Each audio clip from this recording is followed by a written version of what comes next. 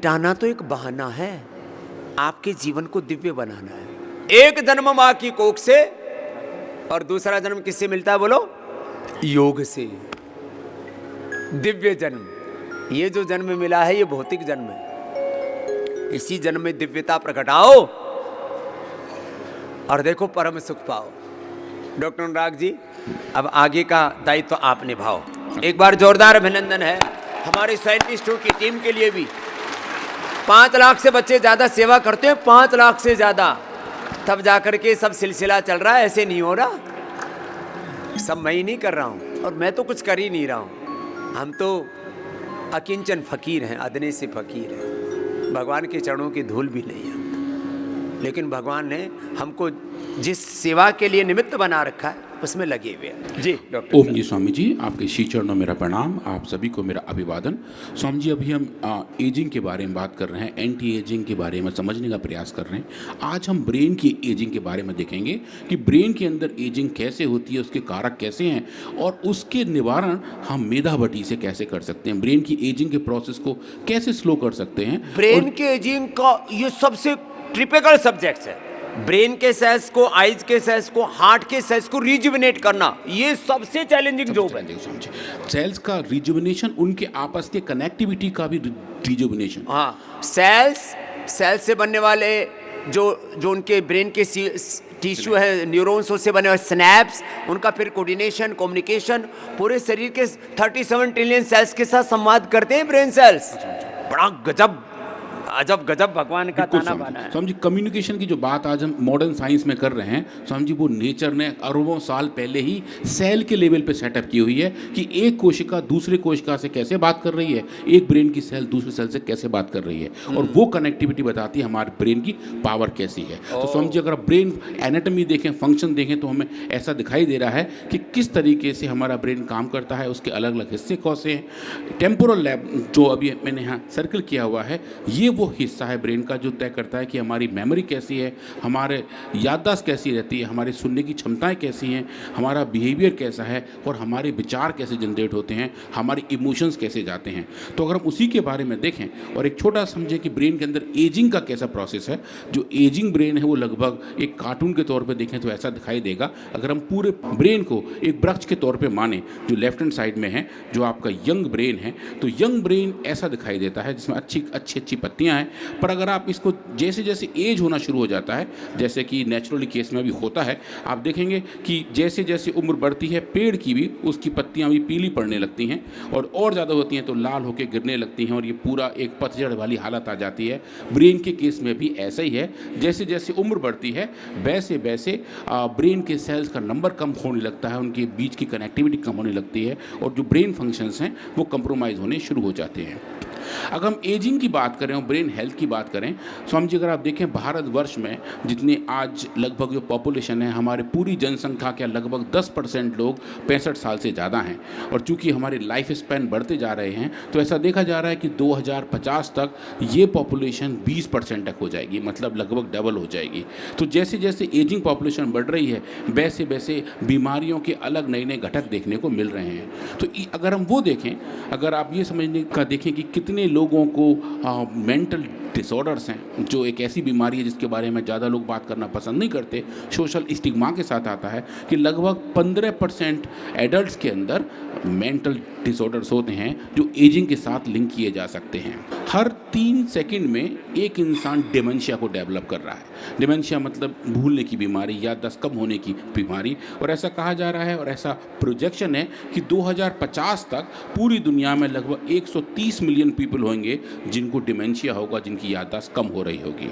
अब एजिंग की वजह से ब्रेन के अंदर कैसे कैसे चेंजेस आते हैं वो हम थोड़ा सा देखते हैं। जो स्कीमेटिक देख रहे हैं नीचे, एक ये ब्रेन है जो थोड़े से मैच्योर इंडिविजुअल का देखने में लग रहा है, इसके अंदर कौन कौन सी चेंजेस आते हैं।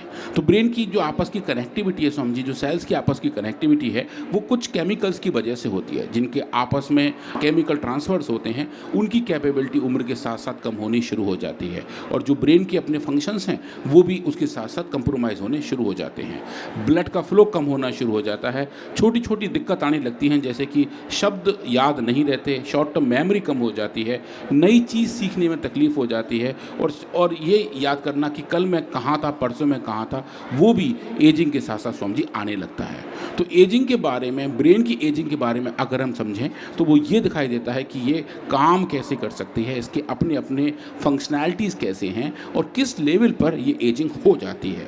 तो अगर हम बात करें स्वामी जी इसकी, तो जो स्ट्रक्चरल चेंजेस हैं ब्रेन के अंदर, अगर आप देखें हमारे मस्तिष्क के अंदर जैसे जैसे उम्र बढ़ती है, इसका अंदर का स्ट्रक्चर भी चेंज होना शुरू हो जाता है, जो उसका मास है वो कम हो जाता है, उसमें श्रिंकेज आने लगती है। 20 साल की एज में हमारा ब्रेन सबसे अच्छा और सबसे बढ़िया होता है, इसीलिए जो सीखने की क्षमता है वो उस दौरान सबसे ज़्यादा होती है। और 80 साल तक उनकी उम्र तक हम जाएं तो लगभग 10 से 20% तक न्यूरॉन्स की जो लाइफ है वो कम हो जाती है, और जो आपस में कनेक्टिविटी है वो भी स्वामी जी कम होनी शुरू हो जाती है। अगर हम बात करें आपस में एक सेल दूसरे सेल से कैसे डिस्कस करता है, आपस में कनेक्ट करता है, जैसे पूछ स्वामी जी ने बताया कि जो आपस की कनेक्टिविटी है वो बहुत क्रिटिकल है। तो जो फंडामेंटल यूनिट है हमारे ब्रेन की, इसको न्यूरॉन कहते हैं, आपस में वो जब लिंक करते हैं वो लिंकिंग को हम सिनैप्स कहते हैं, और वो जो सिनैप्स है वो ही तय करता है कि हमारा ब्रेन कितना स्मार्ट है। अगर आज आप ये सुन रहे हैं और आपको कल तक ये याद रहे तो बेसिकली आपके ब्रेन फंक्शंस भी उतने ही अच्छे रहते हैं। 1 महीने बाद तक याद रहे तो और अच्छे रहते हैं, और 1 साल तक याद रहे तो बहुत ही अच्छे रहते हैं, कि मतलब हम अच्छा योग कर रहे हैं, अच्छी जीवन शैली अपना रहे हैं, और हमारे ब्रेन के अंदर रिटेंशन की पावर अच्छी है। मतलब एक ब्रेन की सेल न्यूरॉन दूसरे सेल से अच्छे से कनेक्टेड है, और वो जो सिनैप्स है उसकी अपनी जो प्लासिटी है वो ये तय करता है कि हमारा ब्रेन कितना स्ट्रॉन्ग, कितना मजबूत और कितना यंग रहता है। जैसे जैसे एजिंग बढ़ती है ये कनेक्टिविटी कम होनी शुरू हो जाती है।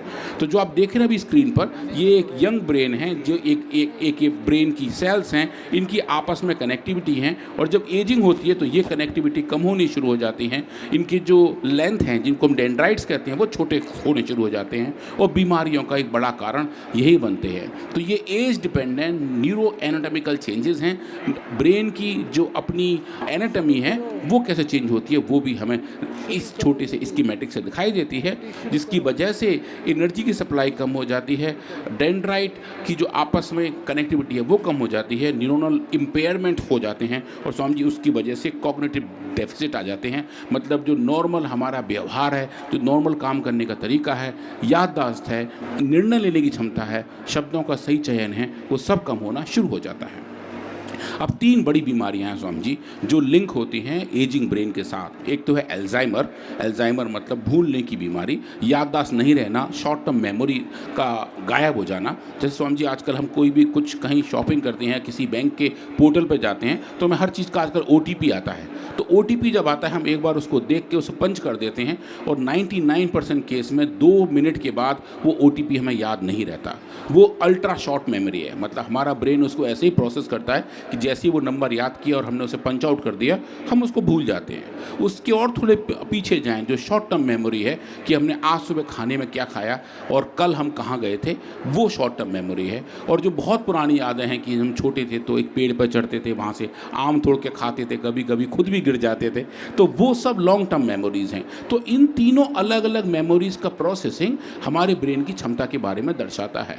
एल्जाइमर डिजीज़ में यही मेमोरीज़ कम होनी शुरू हो जाती हैं, हमारी याददाश्त कम हो जाती है, उनको हम रिकॉल नहीं कर पाते कि जो हमने किया था या जो हमने अनुभव किया था, जो हमारी यादें थी, खट्टी मीठी जैसी भी थी, हम उन्हें कितना कनेक्ट कर पाते हैं, वो एक तरीके से एल्जाइमर डिजीज़ में कम हो जाता है। उसके अपने अपने कारक हैं। एक टाउ प्रोटीन है जिसके बारे में पहले भी हमने बात किया था, उसका एक एग्रीगेशन ब्रेन के सेल्स के अंदर इस बीमारी को जन्म देता है। पार्किंसन डिजीज़ में थोड़ा सा अलग टाइप का दिक्कत आता है। अल्फा सिनुक्लेइन नाम के प्रोटीन्स हैं जो आपस में एग्रीगेट होते हैं, और उसकी वजह से ब्रेन फंक्शंस भी कमज़ोर होने शुरू हो जाते हैं, और वो ये बताता है कि हाथ पाँव हिलते रहते हैं, मेमोरी कम हो जाती है, और कंट्रोल हमारे शरीर पर कम होना शुरू हो जाता है। और जो तीसरी दिक्कत है वो इस्केमिक स्ट्रोक, जो ब्रेन के अंदर हमारे ब्लड वेसल्स हैं उनके अंदर जाके अगर एक जमा बड़ा फैट्स का हो जाता है, वहाँ क्लॉट्स जम जाते हैं, तो ब्रेन के अंदर ऑक्सीजन की और ग्लूकोज की पूरी सप्लाई नहीं हो पाती, तो वो भी एक अलग बीमारी का कारण बनती है। तो इन तीनों के बारे में देखें स्वामी जी, ये एजिंग के साथ लिंक हैं, और एजिंग की जो अपने इश्यूज़ हैं वो हमें यहाँ देखने को मिलते हैं। तो आज हम बात करेंगे एल्जाइमर्स की, पार्किंसंस की, लर्निंग एंड मेमोरी की। आज देखेंगे कि एल्जाइमर्स के जो मॉडल्स हैं, एनिमल मॉडल्स हैं, अगर हम मेमोरी के रिकॉल के मॉडल्स की बात करें, उनमें अगर मेधा भट्टी का इस्तेमाल करें तो क्या हम इंड्यूस की हुई मेमोरी लॉस को रिकवर कर सकते हैं, इंड्यूस की हुई रीलर्निंग को दोबारा क्या हम उसको ठीक कर सकते हैं। तो एल्जाइमर की बात करें तो समझिए जो उसके बेसिक सिम्टम्स हैं वो ये है कि सोशल एक्टिविटी से विड्रॉल हो जाता है, टाइम और लोकेशन के बारे में कन्फ्यूजन रहता है कि अभी कितने बज रहे हैं और हम कहाँ पे हैं उन्हें पता नहीं होता, और कुछ नए ऐसे इमोशंस आने लगते हैं जो पहले कभी नहीं हुए थे, जजमेंट खराब हो जाता है, इमेजेस और स्पेसेस के साथ कन्फ्यूजन रहता है, ट्रबल रहती है, और शब्दों के सही चयन मेमोरी लॉस में होने का एक ज़्यादा कारण बन जाता है। और जो छोटी छोटी प्रॉब्लम है कि 1 और 1 2 होते हैं, 2 और 2 4 होते हैं, उनका भी सॉल्यूशन वक्त के साथ साथ कम आना शुरू हो जाता है। और जो बहुत कॉमन है, जो एल्जाइमर के रोगियों को बहुत कॉमन पाया जाता है कि वो सामान रख के भूल जाते हैं, कि चश्मा उतार के कहाँ रखा था, सब में देखते हैं, पता लगा सिर पे ही लगा हुआ है, पर पूरे घर में उसको ढूंढते रहते हैं। गाड़ी की चाबी कहाँ रखी है, कपड़े कहाँ रखे हैं, जूते कहाँ रह गए, छोटी छोटी चीज़ें जो रखी होती हैं उसे रख के भूल जाते हैं। और उसके साथ साथ जो फैमिलियर टास्क हैं जो अब तक बड़ा अच्छे करते आ रहे थे वो भी करने में डिफ़िकल्टी होने लगती है। तो ये सब एल्जाइमर के सिम्टम्स हैं, और इसका जो कारक है वो यही है कि ब्रेन के अंदर फंक्शनैलिटी, लर्निंग एंड मेमोरी का प्रोसेसिंग स्लो हो जाता है। तो उसके लिए हमने जो एक्सपेरिमेंट किए, कुछ ऐसे एक्सपेरिमेंट किए जो एक तरीके से एजिंग की वजह से नर्वस सिस्टम के इश्यूज़ हैं उनको हम कैसे रेगुलेट, कंट्रोल और रिवर्स कर सकते हैं, उसके लिए हमने स्वामी जी मेधा भट्टी का इस्तेमाल किया। और उसके साथ काफ़ी कुछ ऐसा देखा कि जो शायद सिंथेटिक वर्ड में उतना अभी तक नहीं देखा गया है। और जैसे हम हर बार देखते हैं जो हमारी औषधियाँ हैं उनके अंदर नेचुरली अकरिंग कौन कौन से कंपाउंड्स हैं, हमने उन पर डिटेल केमिस्ट्री किया और पाया कि मेधा भट्टी के अंदर जो नेचुरल ने पैक किए हुए अच्छे वाले फाइटो कंपाउंड्स हैं वो हमें HPLC, high performance liquid chromatography से देखने को मिले। और एक एक पीक आप जो देख रहे हैं यहाँ स्क्रीन पर, ये सब बताती है कि इसके अंदर कौन कौन से कंपाउंड कितने कितने मात्रा में उपलब्ध हैं, और नेचर ने कितनी अच्छी से इन मेडिसिनल प्लांट के अंदर ये कंपाउंड्स पैक किए हैं, और उनका एनरिच एक्सट्रैक्ट टैबलेट के फॉर्म में मेधा भट्टी है। तो ये स्वामी जी वो वाला मॉडल है जिसके बारे में आज मैं बात कर रहा हूँ। पर इसको एजिंग के अगर पर्सपेक्टिव में देखें, उस परिप्रेक्ष्य में देखें कि कैसे मेमोरी इम्पेयरमेंट का हम मेधा भट्टी से रिवर्सल कर सकते हैं, रिकवरी कर सकते हैं। तो उसके लिए हमने एनिमल्स में काम किया, माइस पे काम किया, C57 माइस जो ब्लैक कलर के छोटे से माइस होते हैं उनके ऊपर काम किया, और उनको हमने एक कंपाउंड स्कोपोलामीन कहते हैं। स्कोपोलामीन एक ऐसा कंपाउंड है जो ब्रेन की मेमोरी को इम्पेयर कर देता है। तो अगर हम ये कंपाउंड देते हैं तो उस कंपाउंड की वजह से ब्रेन फंक्शन कम होने शुरू हो जाते हैं, याददाश्त कम होनी शुरू हो जाती है। और उस कंडीशन में अगर हम एनिमल्स को दें मेधा भट्टी अलग अलग डोज पे और देखें कि उनके बिहेवियर में क्या चेंज है, उनकी लर्निंग एंड मेमोरी में क्या चेंज है, नई चीज़ वो कैसे सीख पा रहे हैं, और जो सीख पा रहे हैं उसको सीखने की स्पीड कैसी है, कितना तेज़ी से वो नया टास्क कर पाते हैं। और अगर बीमारी इंड्यूस हो जाए, मेमोरी इम्पेयरमेंट हो जाए, तो उनकी याददाश्त भी कम हो जाती है, और वो कम हो जाती है, उसको हम रिकवर कैसे कर सकते हैं वो हमने मेधा भट्टी के ट्रीटमेंट से देखा। तो इसका जो सिंपल सा कारण है और जो सिंपल जो इंडक्शन है, स्कोपोलामीन हमारे शरीर में क्या करता है, ब्रेन में जाके क्या करता है, स्कोपोलामीन बहुत सारे ऐसे फैक्टर जनरेट करता है जो एज्ड ब्रेन के साथ कोरिलेट करते हैं। तो बेसिकली जब ब्रेन के अंदर एजिंग होती है तो जो चेंजेस वहाँ आ रहे होते हैं लगभग वैसा ही इंडक्शन हमें स्कोपोलामीन से देखने को मिलता है। तो हमने जब इस स्कोपोलामीन इंड्यूस मेमोरी डेफिसिट की बात की तो एक अच्छा मॉडल, एक अच्छा रोबस्ट मॉडल ये एल्जाइमर डिजीज़ का हमें माइस के अंदर देखने को मिला। अब इसके अंदर जो एक्सपेरिमेंट किए स्वामी जी वो ये बड़ा अच्छे थे। हमने इन एनिमल्स के कुछ बिहेवियर के बारे में बात की, इनको कुछ स्विमिंग टास्क दिए, और ये आप जो देख रहे हैं जो बॉक्स बना हुआ है ये पानी का बड़ा सा परात जैसा है, एक बड़ा सा टब है जिसको हम 4 हिस्से में बांट सकते हैं। इनके अंदर हम एनिमल्स को छोड़ते हैं, एनिमल्स अच्छा स्विम कर लेते हैं, ये तैर के सब जगह एक्सप्लोर करते हैं कि कहाँ पे कहाँ जाना है। इसके अंदर हम एक छोटा सा प्लेटफॉर्म रखते हैं जो आप नंबर देख रहे हैं, और एनिमल्स फाइनली जाके इस प्लेटफॉर्म पर बैठ जाते हैं। हम एनिमल्स को ट्रेन करते हैं कि भाई आपके पास इतना सारा टाइम है, आप आराम से जाके एक उस प्लेटफॉर्म को ढूंढो और पहचानो कि आप कहाँ पे हो, और ऐसा करने के बाद जो उन्हें कितना टाइम लगता है उसको हम समझिए टेस्ट करना शुरू कर देते हैं। तो एक ये बिहेवियर वाली बात थी जिसको हम मॉरिस वाटर मेज कहते हैं। और अब आप देखें जो एक छोटा सा वीडियो है प्ले करेगा कि किस तरीके से ये एनिमल्स इसमें चल पाते हैं। और आप ये देख रहे हैं स्वामी जी, ये जो एनिमल है वो यहाँ पर है और जब ये चलना शुरू कर देता है और एक नया टास्क ढूंढने लगता है, आप देखेंगे ये जो ऑरेंज कलर का डॉट है ये एनिमल का मूवमेंट है। ये अपने कुछ ही मिनट के अंदर, कुछ ही सेकंडों के अंदर अपने इस टास्क को प्राप्त कर लेता है। ये जो यहाँ हमने इसके लिए एक छोटा सा प्लेटफॉर्म बनाया हुआ है।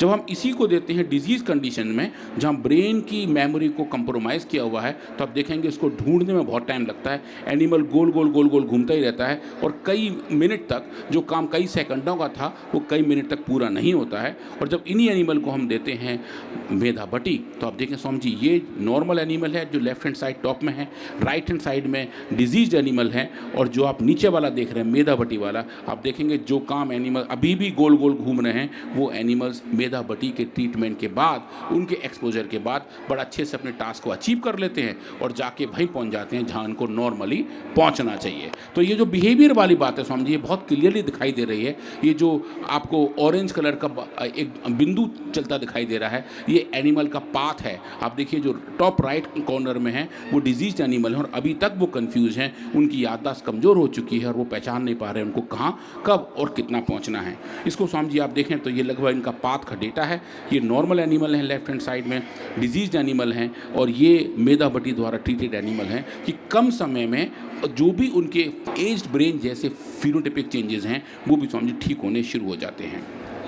फिर इसको आप अलग तरीके से क्वांटिफाई कर सकते हैं कि इसके कौन कौन से पैरामीटर हैं, मतलब कि कितने सेकंड में अपने टास्क को देख रहे हैं, कितना टाइम एक एक क्वाड्रेंट में स्पेंड कर रहे हैं, मतलब जहाँ पे उनको पहुँचना था उसका अपना कितना बिहेवियर है, वो सब एक तरीके से लर्निंग और मेमोरी के पैरामीटर के साथ ही आता है, जो कॉग्निटिव डिसफंक्शन का एक अच्छा रेगुलेशन है जो हमें यहाँ दिखाई देता है। तो जो डिजीज एनिमल हैं, जो ऑरेंज कलर की लाइन आप देख रहे हैं स्वामी जी, वो और जो ट्रीटेड एनिमल आप देखेंगे जैसा कि नॉर्मल रिस्पॉन्स था, लगभग वैसा ही रिस्पॉन्स ट्रीटमेंट के बाद, मेधाबटी के ट्रीटमेंट के बाद हमें देखने को मिलता है, जो मैं ये बताता है कि ब्रेन की जो एजिंग की जैसी दिक्कत हैं, जो लर्निंग एंड मेमोरी की दिक्कत है, उनको मेधाबटी के ट्रीटमेंट से रेगुलेट किया जा सकता है और कंट्रोल किया जा सकता है।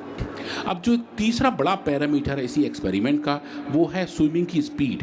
समझिए जब कोग्निटिव फंक्शन कम हो जाता है, एजिंग ज़्यादा हो जाती है, तो हमारे चलने की क्षमता भी कम हो जाती है और चलते भी तो हौले हौले चलते हैं क्योंकि हम जो हमारा ब्रेन है वो ढंग से सिस्टम को कंट्रोल नहीं कर रहा होता है। तो समझ हमने ये भी देखा और पाया कि अगर हम टाइम डिपेंडेंट और डोज डिपेंडेंट तरीके से देखें कि जो नॉर्मल एनिमल हैं उनकी स्विमिंग की स्पीड कितनी थी और जो डिजीज एनिमल थे उनकी स्विमिंग की स्पीड कितनी थी, 28 दिन के बाद अगर आप देखें जो नॉर्मल एनिमल थे उनकी स्विमिंग स्पीड लगभग 200 सेंटीमीटर पर सेकंड की थी, और जिन एनिमल्स को हमने इंडक्शन दिया था कि जिनके अंदर हमने कॉग्निटिव फंक्शन इंड्यूस किए थे, जो लर्निंग मेमोरी कम हो गई थी, वो 200 वाले लगभग 130 तक आ गए थे।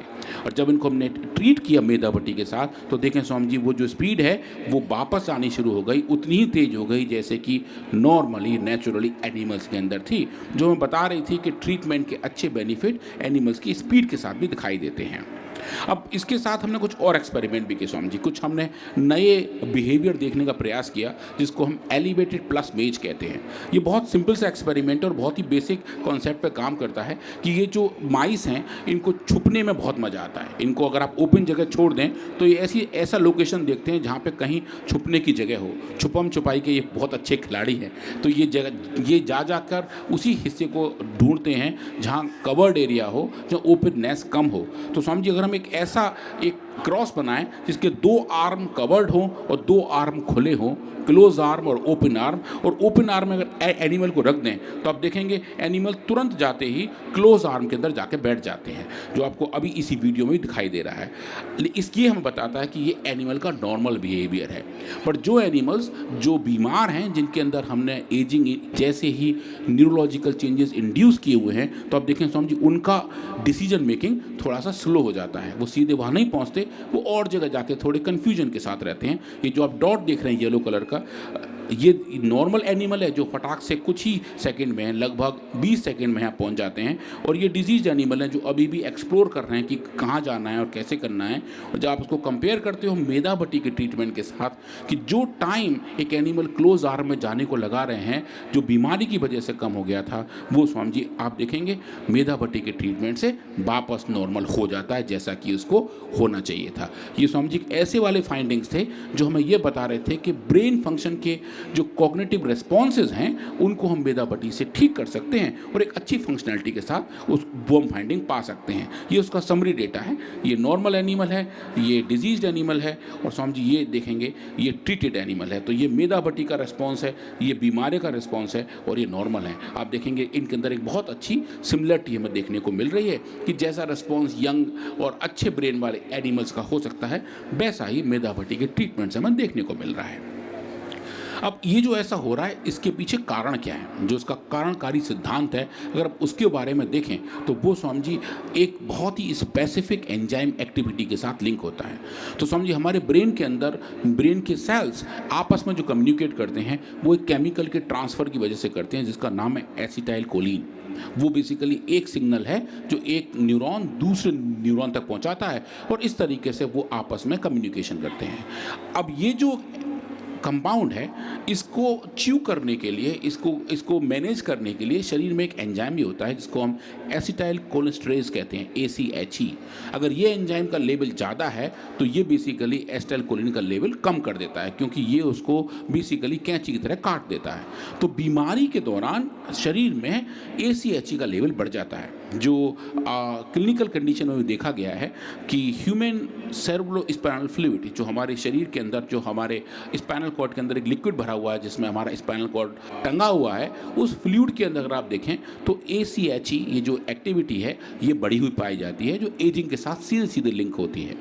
वैसा ही रिस्पॉन्स हमने इन एक्सपेरिमेंट में देखने का प्रयास किया और इन माइस के ब्रेन को जो हमने निकाला उसका जो कॉर्टेक्स है उसको आइसोलेट किया और उस कॉर्टेक्स के अंदर, उस लाइसेट के अंदर हमने स्वामी जी इस एंजाइम एक्टिविटी को देखने का प्रयास किया। तो नॉर्मल कंडीशन में जो नेचुरल एक्टिविटी है वो लगभग इतनी होती है जहाँ मेरा कर्सर है। डिजीज कंडीशन में देखें स्वामी जी ये बढ़ जाती है, जो ये बताती है कि ब्रेन फंक्शंस के जो हमें कॉग्निटिव डिफरेंसेस दिखे थे उसके पीछे का कारण इस एंजाइम एक्टिविटी का बढ़ना था। और जब आप इसको ट्रीट करते हैं मेधा भट्टी के साथ अलग अलग डोज पे तो आप देखेंगे स्वामी जी जो लेवल जितना बढ़ा हुआ था वैसा वो डोज डिपेंडेंट तरीके से कम होना शुरू हो जाता है। और मेधा भट्टी का जो थेरेपेटिक डोज है अगर आप उसे कंपेयर करें और नॉर्मल एनिमल के साथ कंपेयर करें तो स्वामी जी लगभग आपस में एक से दिखाई देते हैं, जो हमें ये बताते हैं कि मेधा भट्टी के ट्रीटमेंट से इस एंजाइम की एक्टिविटी के लेवल तक का चेंजेस भी देखने को मिलता है। और उसके साथ साथ जो ऑक्सीडेटिव स्ट्रेस है जो ब्रेन फंक्शन का बड़ा कारण है, जो डिसफंक्शन का भी बड़ा कारण है, उसके अंदर के चेंजेस भी आप देखें तो वो भी कम बढ़ होते दिखाई देते हैं। जो पैरामीटर कम हो जाता है बीमारी की वजह से वो मेधा भट्टी के ट्रीटमेंट से ठीक होना शुरू हो जाता है।